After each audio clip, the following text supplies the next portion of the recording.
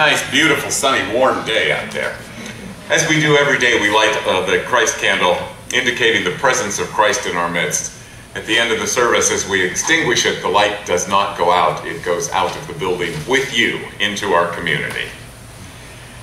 Welcome to Bloom in the Desert Ministries. My name is Chuck Wilhelm, and I'm the substitute pastor today while Kevin's out of town. Welcoming you all to Bloom is a joy every Sunday. Now we have been scattered in body and mind and spirit throughout the week, and perhaps even this morning if you've had the news on. So let us draw together in worship.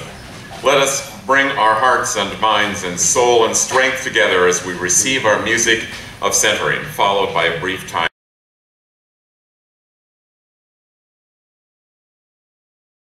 Good morning again. Good morning. As you're able, please rise and join me in the responsive call to worship.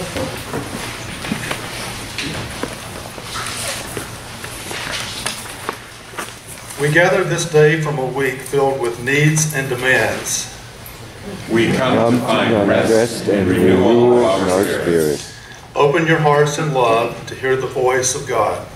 We want to quietly rest in God's presence, free from clamor of the world. This is the day that the Lord has made. Let us rejoice and be glad in it. Amen.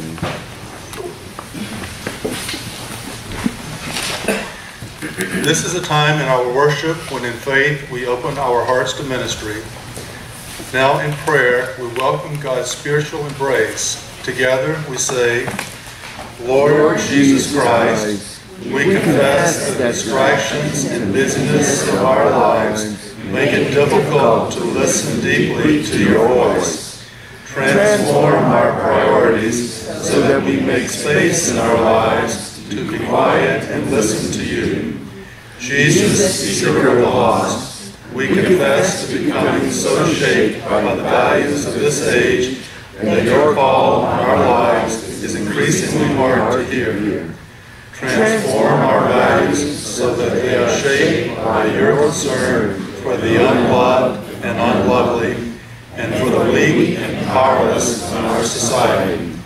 Jesus, bearer of reconciliation, we confess that all too often in our faith communities, we harbor thoughts which estrange and make us hostile towards one another. Transform our hearts so that we are filled with desire to forgive one another and to make peace. Jesus, source of our faith, we confess that we forget all too quickly the words we say, pray, and sing in our time of worship. Transform our lives so that they remain connected to you at all times and in all places. Eternal source of creativity and love, hear now our silent prayers. To all of our silent prayers, let the people say, Amen. Amen. Throughout the scriptures, when God calls women and men to faithful living, God gives this promise, I will be with you. Amen. Let us now receive the word.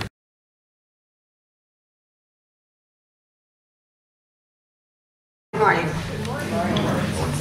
Today's reading comes to us from Psalms 34, verses 1 through 10. I will bless Yahweh always. Praise will continually be on my lips. My soul will boast about Yahweh. Let the oppressed hear it and be glad. Glorify Yahweh with me, and let us exalt God's name together.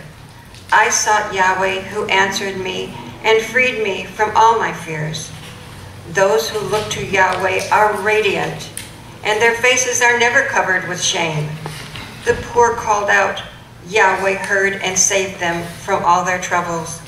The angel of Yahweh encamps around those who revere God and rescues them.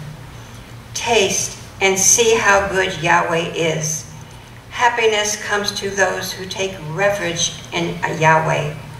Holy people of God, revere Yahweh, for those who stand in awe of God lack nothing. The young lion may grow weak and hungry, but those who seek Yahweh will lack no good thing.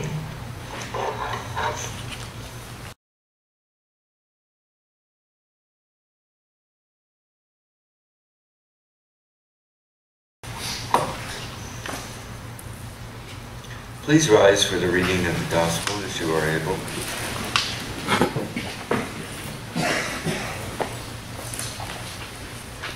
The Gospel reading comes to us today from Luke chapter 10, verses 38 through 42. As they traveled, Jesus entered a village where a woman named Martha welcomed him into her home. She had a sister named Mary, seated herself at Jesus' feet and listened to his words. Martha was busy with all the details of hospitality, came to Jesus and said, "Rabbi, don't you care that my sister's left me all alone to do the household tasks? Tell her to help me." Jesus replied, "Martha, Martha, you're anxious and upset about so many things, but only a few of them are necessary. Really, only one. Mary has chosen the better part, and she won't be deprived of it." Here ends the Gospel reading. This is the good news of Jesus Christ. Thanks be to God. Amen.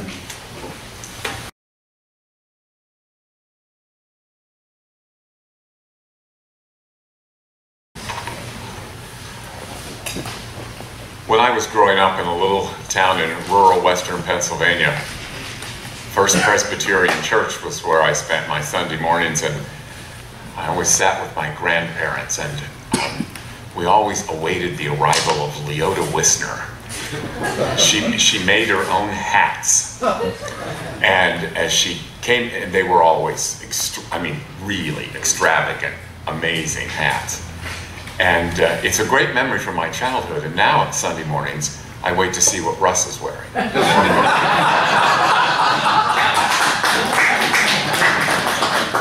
And that jacket is such a joyous addition to our worship service this morning.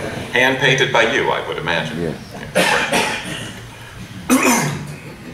Again, as children, one of the earliest games we learned was to rub your tummy and pat your head, which I still can't do. I suppose it was some developmental game designed to foster motor coordination or brain function or something. In this day and age, however, it could also be considered our very first lesson in multitasking. As we get older, we become masters at it. Not just the walk and chew gum version, but the read your magazine while you work out version, or the text while you drive version, and consult your GPS. It becomes almost second nature to us. How many of us use our commutes to call people, or eat on the way to somewhere to save time, or turn on the news while we fold laundry or iron? Some people still do iron, don't they? We're multitaskers through and through. Our culture values it. Productivity, efficiency, maximizing energy. To me, it's exhausting. Not only have we learned to do many things at once, but we have learned to split our bodies and our minds, with our bodies in one place and our minds in another. While this may boost our productivity, if we're not careful, it can make for a scattered and fractured life, where busyness and anxiety threaten to overwhelm us. It can also make for a scattered and fractured faith, for even here, we're not immune from busyness and from multitasking. Our spiritual activities like mission activities, committees, can take their toll on us, especially in a small church, where most of us are on at least one committee, where we lead a book study, usher, fix the flowers, not to mention make up backpacks for kids. These tasks can get in the way of our faith when they wear us down or stress us out.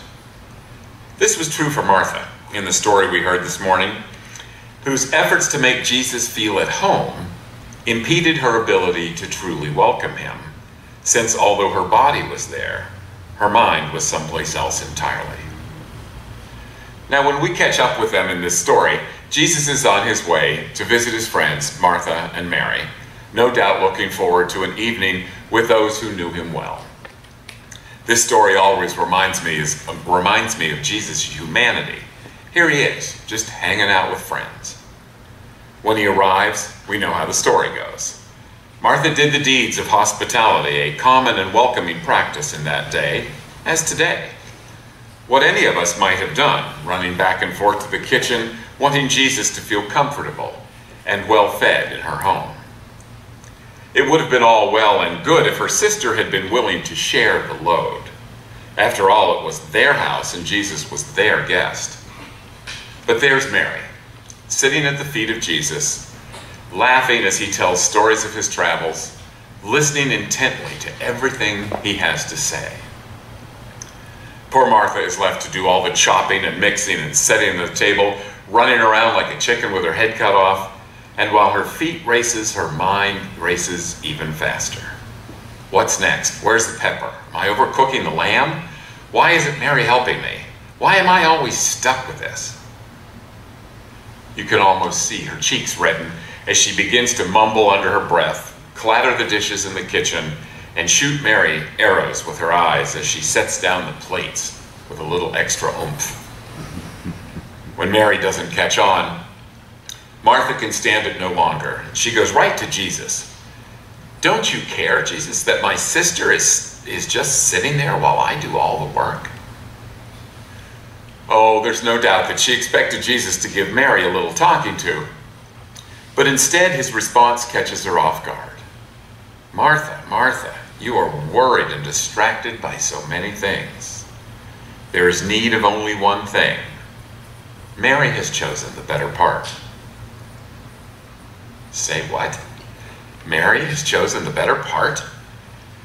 Now, this may have been an affront to Martha, but it also challenges any of us who have grown up with a strong work ethic, or a strong sense of hospitality. Martha was just doing the right thing, trying to make the place nice for Jesus, doing her work duties, her mission duties, and if she didn't do it, how was it going to get done? Jesus' comment is also a real rub to those of us in the UCC who believe in a gospel of social justice and extravagant welcome. The gospel of the Good Samaritan that we heard last week. You know that faith is only faith when we get our hands dirty in the real muck of life. Are we supposed to trade in a life of mission for a life of compassion or contemplation or singular devotion? Should we all forego the hard work of Martha in favor of the quiet worship of Mary? Is that what brings us closer to God? Certainly, it's not as simple as an either-or. Mission or contemplation, doing work or doing worship. In fact, I would suggest the whole story is less about actions and more about attitude. Less about behavior and more about being. It's interesting that this tale of Mary and Martha follows the Good Samaritan, the story that Jesus told to explain just how it is that we love God with all our heart, soul, mind, and strength, and that we love our neighbors as ourselves. In that story, the message was all about mission. It's what we do that counts. It's our actions and our ministries that help to nurture our faith. It's what we do that shows our love for God. But what if this story of Mary and Martha is another explanation of how we love God? Not the doing of the faith, but the being of faith. Perhaps the reason Jesus praises Mary is not because of her undying devotion or her worshiping at his feet, but rather because in that moment she is fully present, fully integrated, fully being. Her mind, her soul, her heart, her strength are all in the moment focused on Jesus and what he has to say. In her stillness and rapt attention, Mary is truly present with him, welcoming the voice of God, the presence of God, with all her heart, soul, mind, and strength. And Martha, who was not wrong to want to make a nice meal or make sure Jesus felt at home, could not be present because she was worrying and fretting and distracted by everything that had to get done. Jesus chastises her not for doing what she's doing, but because her mind has become too distracted and anxious, and her multitasking has interrupted her ability to be fully present. How many of us have been in this position? So consumed by the tasks at hand, even worthwhile tasks, that we can't attend to the person standing in front of us. Or when our mind is so filled with the chatter of daily life, the to-do list, the honey-do list, the self-criticism or judgment of others, that we drown out the very voice of God. Perhaps what this story invites us into is a new way of being present where we attend to the duties of life, the cooking, the cleaning, the work, and the worship, in a way that still leaves room to listen for the word of life. What if in the midst of our busy lives we did our tasks with this kind of mindfulness, focusing with all our heart and soul and mind to the task at hand, emptying our minds of the daily chatter, so that there is room to listen and pay attention to whatever God has to say to us? What would it mean if, even just for this week, we turned off our iPod on our morning walk, so that we could listen to the sounds of the birds or our own breath? Or as we fold laundry, we stop and feel the cotton of a shirt in our hands and thank God for the person who made the shirt, or the one who's going to slip into it later in the day. Or when we're going about our day and our mind starts to worry about the what-ifs of our health or our future, we could pause for just a moment and breathe and ask for God's presence. And it's just not in our household tasks when we need to focus on being present, but in our worship actions too. For even here, in the moments of worship, even when we sit at the feet of Jesus, often our minds are anxious and distracted by many things. We look at our watch or up at the clock, anxious to get to the next thing, or we use the time to make our grocery lists or plan the lunch menu, or is a minister going to shut up soon enough that I can get to my brunch date? What would it mean to cease the banter and open ourselves wholly to the experience at hand? The words, the music, the prayers, the presence of God, so that we can fully be and be fully alive, fully open to what God may have for us in this very moment. Every faith life needs actions of work and of worship, but every moment of our work, every moment of our worship, every moment of our lives is open to the possible connection with God. And if we are too busy with the chatter, with the noise and the multitasking, with the duties and the responsibilities, we will miss Christ sitting in our very midst. Faith, as I understand it, has a lot to do with doing, but it also has a lot to do with being. What if instead of teaching our kids the game rub your tummy and pat your head, we took a cue from them instead? After all, most of us have probably held the hand of a small child and tried to walk down the street, only to have the kid stop and stare at the sidewalk crack, investigating the grass that's growing there, following the ants back towards their anthill, picking up the stick that's in the path, making sure they don't step on a crack and break their mother's back. That's being fully present. That's paying attention. Perhaps this is what Christ was talking about when he was saying there is need of only one thing: to be fully present. Whether we are working, whether we are worshiping, whatever it is that we are doing. To be this present, this integrated, is one of the ways we express our faith. It's one of the ways we love God with all our heart, soul, mind, and strength. For loving God and loving neighbor is also tied to loving ourselves, which means being ourselves, which means just being present to our lives and to our world, our work, and our worship. So let us be. Be alive. Be present. Be aware of all the ways Christ sits in our midst each and every moment of each and every day. Amen. Amen.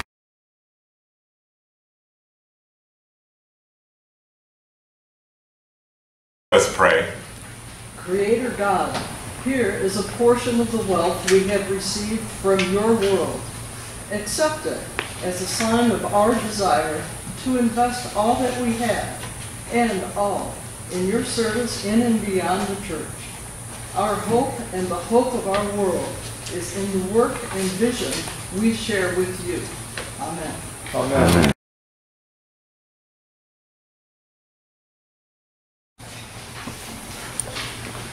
Our Father, who art in heaven, hallowed be thy name. Thy kingdom come, thy will be done, on earth as it is in heaven. Give us this day our daily bread, and forgive us our trespasses, as we forgive those who trespass against us. And lead us not into temptation, but deliver us from evil. For thine is the kingdom, and the power, and the glory forever. Amen.